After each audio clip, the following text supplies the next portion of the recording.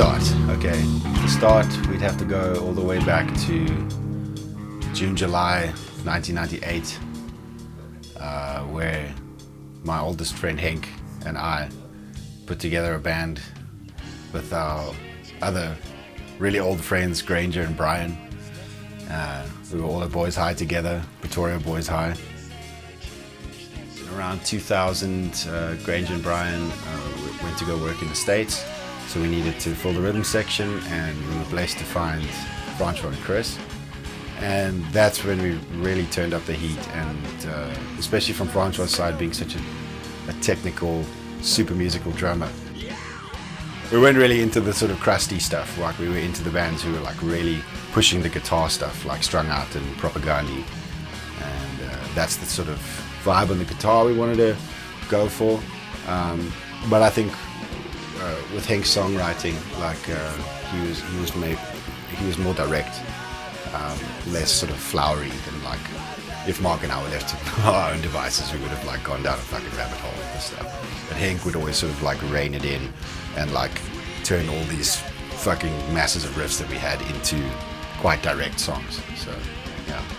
When Granger left, I came in on drums, but initially it was just to help him out when he went on holiday for 3 months.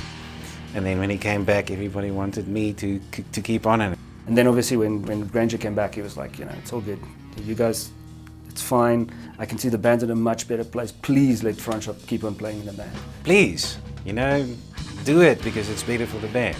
So that kind of process happened every once in a while. And we added members, you know. Adrian can play keyboards for us, and Mark can play guitar before that. So yeah, the lineup has changed quite a bit, but and it just progressed from there, and toured as much as we could, played with everyone. We were lucky because we were kind of at that time where a lot of bands were coming up, you know, like we played with Folkor for their first show in Johannesburg. What was going to happen, what was next, and it was sort of on the brink of becoming something big. There was a reunion show that was happening at Now Crocodile, and obviously we made sure that we were there. And that was the first time that I saw the band. I think it was mostly still original lineup, and it was just incredible from the first chord. You know, it changed the way we kind of looked at writing, looked at sound, and looked at presence on stage. You know, like something happened inside us, and yeah, it's more than a band for me. It's something I really believe in.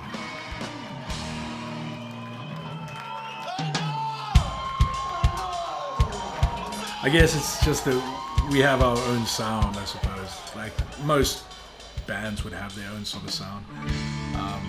For me, it's been a blessing and a curse. It's been something that like I have always just kind of played the way I do. So the music that I've written or helped write always tends to come out with the same sort of flair and flavor.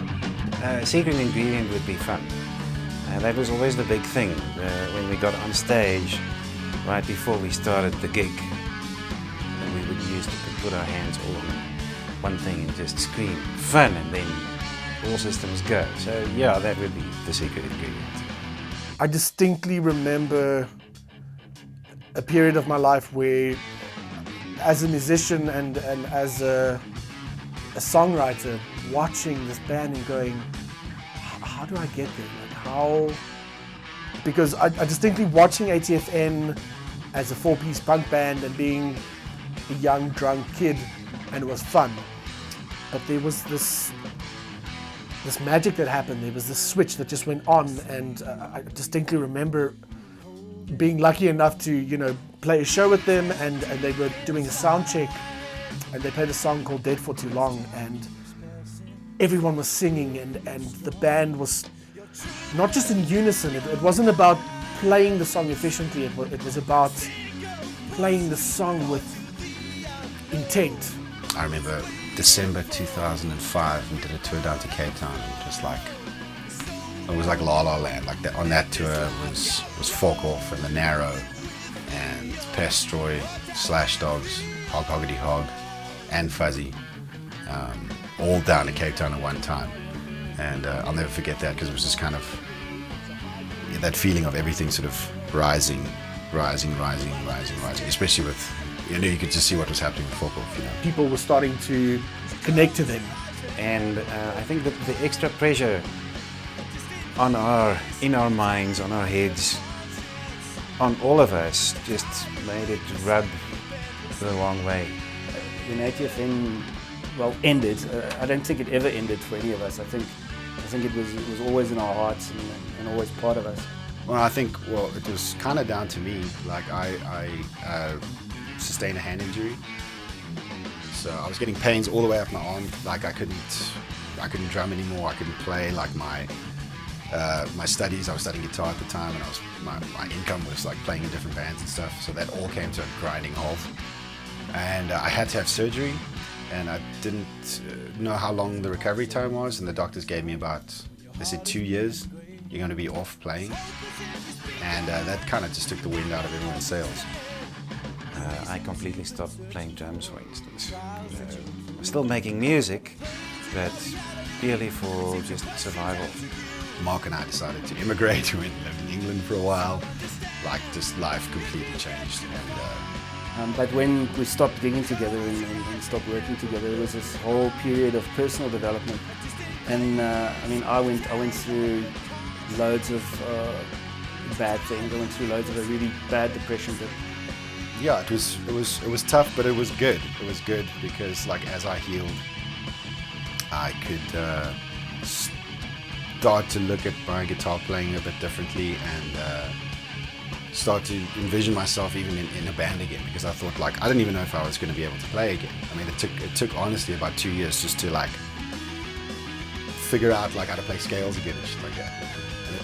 Yeah, that's pretty much how it came to an end. It's weird to think about it, but there was actually, when ATFN stopped, all of a sudden there was an industry.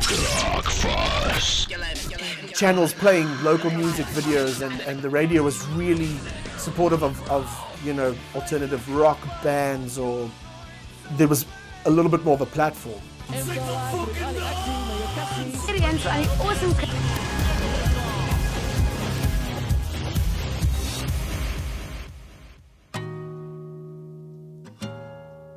So last year, my girlfriend passed away in March of 2018.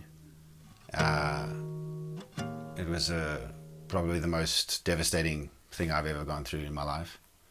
And it's still a tough thing to experience, working through it. But it's strange how, from tragedy, there's definitely some joy that comes out of it, because it was literally at her memorial service where Francois came up to me and was like, dude, what are we doing? We have to play. Like, I need this. You need this. And I'm like, you're fucking right. I need this. What's going on? Why are we not making music together anymore? There's something missing. As around that time, Francois actually got hold of me and asked me if I was going to do ATFN again. And I was just like, dude, it's a no-brainer. It's the best thing that I've ever done. It's the most fun I've ever had. Of course I'm going to do it again. Well, Vanna was really good friends with, is really good friends with Brian's brother. So they kind of grew up seeing the band and being around rehearsals and sort of like feeling the vibe of the band. So it just kind of made sense. Like, Werner understands the ethos of the band, I guess. He was there. He was there throughout the whole thing. So he gets it. And that's really important, for it not to be like some kind of nostalgia trip or anything. It's like, if we're going to do this, we're going to do it with people that, like, are family, that understand what this whole thing's about. And the same thing for Wim. Also a little bit younger, so friends with Maki and Johan, and of course Johan Oryakum was always around at the Watts house watching us practice. So, like, it's just a whole clump of Pretoria East kids that have always known each other and have sort of shared this sort of drop-down musical experience, which is super cool for me. Like, when I got the phone call from Van on my way back from work one day, he asked me if I wanted to play in a band. I was like, okay, what band? And he said ATFN, and I immediately said, you had me at ATFN. So I was on board immediately. And I was literally, you know, it was the day that I scattered my father's ashes, and it was this close of a chapter, and I got this voice note, and he said, we're doing ATFN again. We're not just writing, but we're going to be playing, and we want you to join. And I didn't even think about it. It wasn't a debate. It was the universe just kind of like aligning and going, brother, like, the music still got you, and like, it's, you know, it just it's what I needed. And, you know, sitting down with Paul, it's what he needed. And I talked to the other guys, and we've all gone through all these things, and fuck, I get to play in my favorite band. I get to play in my favorite band. Like, my history with Henk obviously goes further than with the other guys. He was the first guy that I ever wrote with. And for me, it's kind of like I had never envisioned like writing with other people, because we'd like written songs together since we were like 14 or something. Well, I've never really had to contribute from so far away. Usually I'd love the writing process. We'd all get together in studio and spend weeks and months and years in there. But I haven't been there, so for me it's been a bit different. The distance thing was interesting, working with Henky, you know, getting his input from Australia, where he is now, you know, residing, and also just the openness from Henky to work, and the want and the excitement to, you know, be part of this again, and I think in some way or another, whether it be in a writing capacity or co-production capacity, I think Henky will always be part of the band, and I don't think that'll ever change.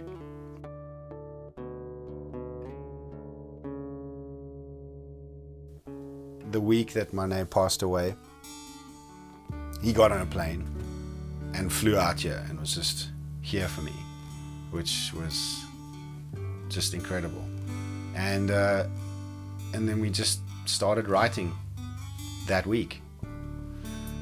And that's Divine Contraption, the very first riff that Henk came up with. Like, I was nowhere. Like, I couldn't like write my way out of a paper bag, you know. Like, so I was kind of describing to him my experience of losing her and being the main lyricist. Like, he sort of like, I wouldn't say ghost wrote, but he let me explain the story to him, and then he would write it down, and then he wrote a whole bunch of lyrics for Divine Contraption and came up with the really crazy riff that you'll hear, and then that sort of gave me the momentum to write the rest of the song and the rest of the lyrics. But have to mention Shani, because like, Shani was Mane's best friend, and she just became part of the process, you know. She just became part of the process of writing the lyrics, and it was a huge catharsis for us both to just sit there and hammer it out and like get as deep as possible. Paul and I went to dinner, and we got back to the studio, and we decided, okay, we're not going to push ourselves to write anything, like it should just come. And we started talking about Monet and how wonderful she is, and we went through memories of her, and it just came so naturally. He started with a little riff, and I just started writing, and I was writing, and then he was writing, and then I was writing, and he was playing music, and we wrote that song in 2 hours. And it was good for me, because like it filled that role that I was used to with Henk being, you know, now him being so far away, but that role of lyricist guitar player, you know. So Sean's would just like, you know, I'd leave it for like a second, and then she'd come up with these reams of lyrics that just killed, you know, that like I couldn't wish to write, you know. When I listened to the new material for the first time, I got the same amount of energy that I got from listening to that initial first album, and that experience I can vividly remember. So the energy is as present as it always was. So from the get-go, like I was nervous a bit to kind of see that there are new songs, and I was kind of curious and not sure where these songs could have, you know, grown from having the break over a period of time. But I was pleasantly surprised, and I think it's like, you know, not necessarily, I didn't have any expectations, but it was that same feeling I got from listening to the first stuff, I'm getting from the new stuff, and I'm sure the audience will as well. A lot of the songs that are from more recent times have come from quite a turbulent period, I suppose, in a number of the band members' history. So I suppose there's a lot of cathartic energy coming out there. Yeah, I guess it's been quite therapeutic, I suppose, in many senses to get this album done. It's not anything I thought was going to happen again. So to be experiencing it, it's like, I feel like a little bit outside myself at this point. It's like, it's a little surreal, you know. And again, especially playing with Wim and Vander specifically those people is important, because what the riffs mean for me, what the riffs mean for them, there's just like, it's like supercharged, you know. Like, I don't think it would have the same feeling if we had like just hunted for like 2 session guys to do it, you know what I mean? If my 13-year-old self would know that, you know, I would be playing in this band, I would be shitting the bed. This band is really important to every single member that is in it. It's a way for us to connect with one another and connect with the music that we like, and also it kind of helps with our mental health, if I can say that.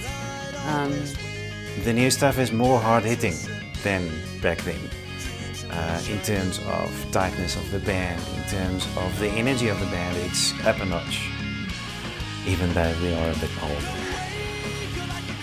I think before, what people remember ATFN for was that thing of like an attitude of like, we're not going to spoon feed the audience, and if we're writing riffs that are maybe a bit like crazy and stuff, we're not going to dumb them down for the sake of it being more, I guess, radio friendly or whatever. Those are the riffs that we like, that's the stuff we want to play, and I think the audience respected that, you know, that it wasn't like dumbed down in any way. Too much love will kill you, you know. It's that element of too many expectations, I think, that broke us up in the first place. If you go into something and have expectations, you will always be disappointed. Whereas if you go into something with just passion and love and work it, no matter what happens, you always exceed your expectations. I'd imagine a lot of gigging is happening back home. We always wanted to tour with the band a bit. I suppose that sort of thing, we'll have to see how it's received, how the album's received. But that would be a good goal. Being on the other side of the fence, there's this massive responsibility on our shoulders, which isn't, it's not a task. That's not what it is, but it's a responsibility that we have to now maybe influence a whole new wave of people who feel lost, who feel like nothing's really happening. Maybe even if we inspire 4 kids to pick up a couple of instruments and go, we're starting our own band, we're going to do our own shows. That's what all of this was in the beginning. Let's do what we do, have as much fun as possible, and then give it to the world out there. So it's incredible. It's fucking amazing.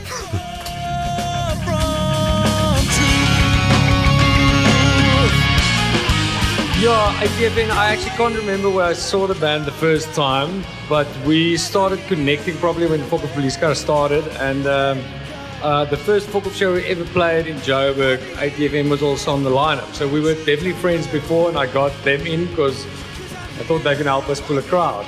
And I remember distinctly that show that Paul was calling out the crowd, come on, come on, come on. And I thought that was odd for me at the time, but now it's something that I do as well. So I think that definitely influenced me. I also remember thinking, this band better work out, because I don't think these guys want to or can do anything else other than make great music and get people partying. When I think about ATFN, I think about a band that was literally one of the best acts of the punk scene of the early 2000s. They started off with this incredible, humble beginning back in high school, which is where I first met them, playing Thrashers and Nile Crocodile. Very kind of simple, straight-up punk rock. But they quickly evolved into this 3-lead guitar lineup, which at the time, the only other band I can think of that was doing that was Iron Maiden. So it was incredible to see this, and they were all shredding. The music had become something more intense, more serious, and just epic, I think is the perfect word for it.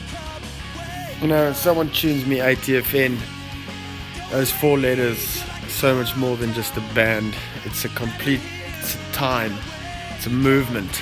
It's a time when I could move freely between pizza and beer and face-melting prog rock. Glorious.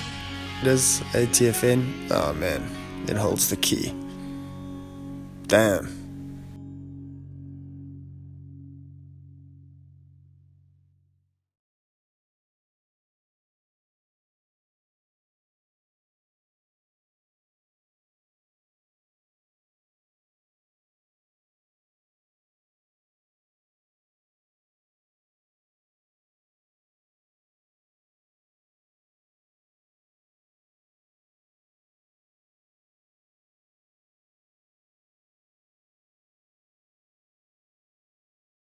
What do I do? What do I not do? Is the question. Everybody can just go home, I do everything. Yeah.